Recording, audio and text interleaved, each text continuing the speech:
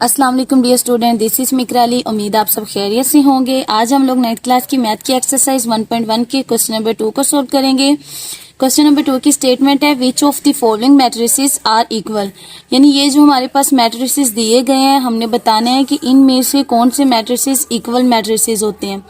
तो equal matrices की to conditions होती हैं।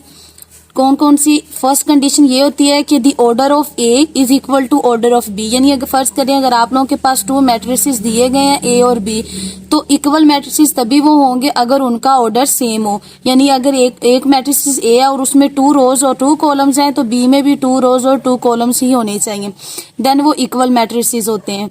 उसके बाद उसकी जो दूसरी कंडीशन है वो ये है, सेकंड कंडीशन है कि their corresponding entries are equal, और उसकी जो कॉरस्पॉन्डिंग एंट्रीज हो वो इक्वल हो। जैसे ये देखें ए मैट्रिक्स और बी मैट्रिसेस है, इसमें जो फर्स्ट इसकी एंट्री है वो 1 है, तो यहाँ पर भी इसकी फर्स्ट एंट्री क्या होगी 1। इसी तरह इसकी सेकंड एंट्री क्या है 3 है, और 2 में 1 ऐड करें तो 3, यानी कि इसकी ये जो दो कंडीशंस हैं वो इसमें मौजूद है। यानी इसमें भी 2 रोज हैं और 2 कॉलम्स हैं, इसमें भी 2 रोज और 2 कॉलम्स हैं, और इनकी एंट्रीज भी क्या सेम। अब हम लोग अपने क्वेश्चन की जानिब चलते हैं। अब ये जो ए दिया गया इसमें इसका हम लोग फर्स्ट ऑफ ऑल तो हम इसका ऑर्डर लिखते हैं। ए में 1 रो और 1 कॉलम है तो इसका ऑर्डर क्या होगा 1 by 1। इसी तरह बी का ऑर्डर लिखें, बी में 1 रो है लेकिन कॉलम कितने हैं 2, तो इसका ऑर्डर क्या होगा 1 by 2। सी में पहले सी को सिंप्लीफाई करें थोड़ा सा, 5 में से 2 निकालें 3, और इसका ऑर्डर अब लिखें। अब इसमें 1 रो और 1 कॉलम है तो इसका ऑर्डर क्या होगा 1 by 1। अब डी का ऑर्डर लिखें, डी में 1 रो है 2 कॉलम्स हैं तो इसका ऑर्डर होगा 1 by 2। ई में 2 रोज हैं और 2 कॉलम्स हैं, 2 रोज और 2 कॉलम्स, तो इसका ऑर्डर होगा 2 by 2।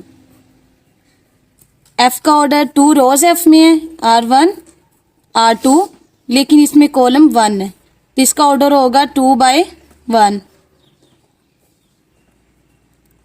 इसी तरह जी का ऑर्डर, जी को फर्स्ट ऑफ ऑल तो जी को सिंप्लीफाई करें, 3 में -1 2 और 3 में प्लस ऐड करें 3 तो 6, तो इसका ऑर्डर क्या होगा 2 रोज है इसमें और कॉलम इसमें कितने हैं 1 कॉलम 2 रो, और इसका ऑर्डर हो जाएगा 2 by 1, ऑर्डर आ जाएगा 2 by 1।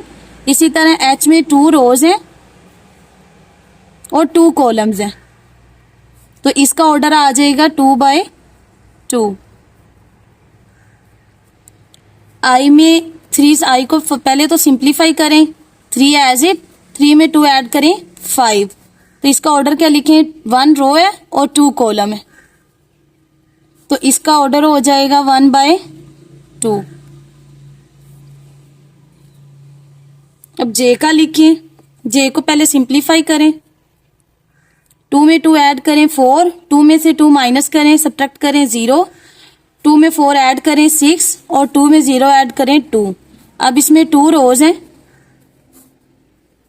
और 2 कॉलम्स हैं तो इसका ऑर्डर कितना हो जाएगा 2 by 2।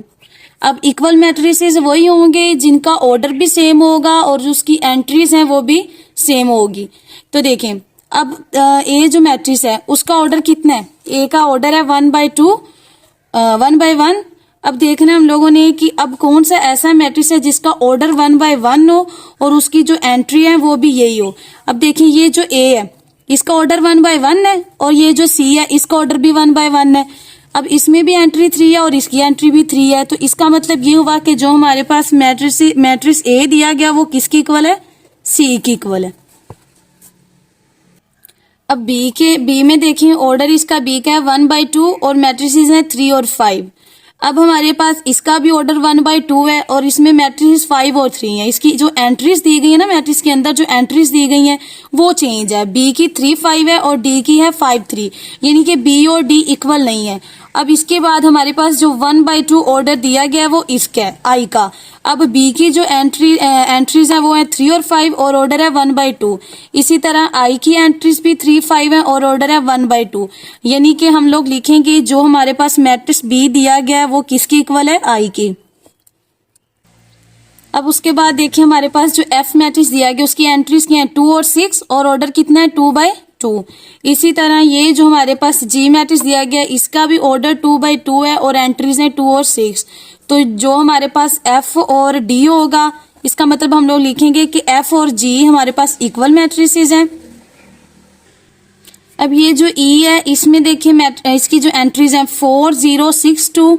इसके बाद जो एच की एंट्रीज हैं वो देखें 4 0 6 2 और जो जे की एंट्रीज हैं वो देखें 4 0 6 2।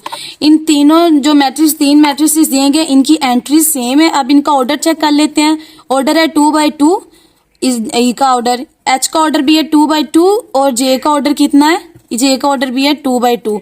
यानी कि ई एच और जे जो हमारे पास 3 मैट्रिसेस हैं वो क्या है, इक्वल मैट्रिसेस हैं। यानी ई की जो एंट्रीज हैं और एच की जो एंट्रीज हैं और जी की जो एंट्रीज हैं, जे की जो एंट्रीज हैं, सॉरी जे की एंट्रीज हैं वो भी सेम है और इनके ऑर्डर्स भी इक्वल है। अब क्वेश्चन 3 की स्टेटमेंट देख लेते हैं। क्वेश्चन 3 है find the values of a b c and d which satisfy the matrix equation. अब ये हमारे पास उन्होंने क्वेश्चन दिया हुआ है। अब यहाँ से हम लोगों ने ए बी सी और डी की वैल्यूज फाइंड आउट करनी है। सबसे मैट्रिक्स इक्वेशन क्या होती है, that's 2 mathematical statements are equal. अब यहाँ पर क्वेश्चन की जानिब चलते हैं। तो जो क्वेश्चन में उन्होंने ये जो दिया हुआ है, ये जो 2 मैट्रिसेस हैं वो पहले से ही इक्वल दे दिए गए हैं। इनके दरमियान में इक्वेशन का निशान है, ये हमें पहले से इक्वल दिए गए हैं। अब क्या करेंगे कि इस मैट्रिक्स की जो फर्स्ट एंट्री है इसको इस मैट्रिक्स की फर्स्ट एंट्री की इक्वल रखेंगे, सेकंड को सेकंड की, थर्ड को थर्ड की और फोर्थ एंट्री को फोर्थ की इक्वल रखेंगे। तो फर्स्ट क्या आ जाएगा, ए प्लस सी किसकी इक्वल आएगा, 0 के। ये एक लाइन ड्रा कर ले मिड में। उसके बाद a प्लस 2 भी किसके इक्वल आ जाएगा, -7 के। इसके बाद यहां पर लिखें c-1 किसके इक्वल आएगा, 3 के। और लास्ट पे जो हमारे पास है 4d - 6 वो इक्वल आ जाएगा 2d के। लास्ट पे हमारे पास क्या है, 4d - 6 इक्वल आ जाएगा 2d के। अब ये हमारे पास 4 इक्वेशंस है। अब हम लोग फर्स्ट में देखते हैं तो क्या हमारे पास a प्लस सी, यहाँ पर ना हमारे पास a की वैल्यू मौजूद है जो कि हम पुट करके c की वैल्यू निकाल सके और ना ही c की मौजूद है कि हम a की निकाल सके। ये दोनों वेरिएबल्स की वैल्यूज हमारे पास मौजूद है नहीं है। इसी तरह अगर सेकंड को देखें तो सेकंड में ना तो a की वैल्यू मौजूद है और ना ही b की वैल्यू मौजूद है।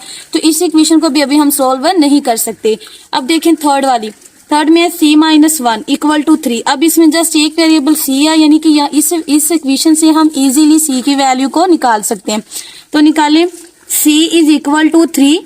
ये -1 है, जब दूसरी साइड पे जाएगा तो प्लस का 1 हो जाएगा और c इज इक्वल टू 3 में 1 ऐड करें 4। यहाँ से c की वैल्यू निकल आई।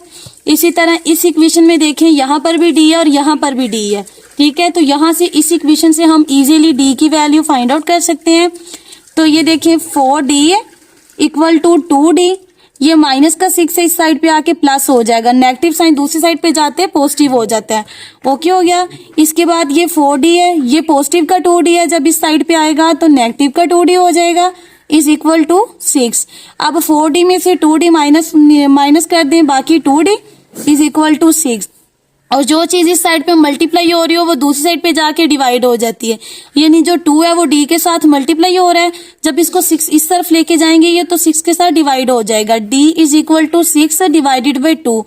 2 1 ज़ा 2 और 2 3 ज़ा 6। तो d की वैल्यू हमारे पास क्या आ जाएगी, 3।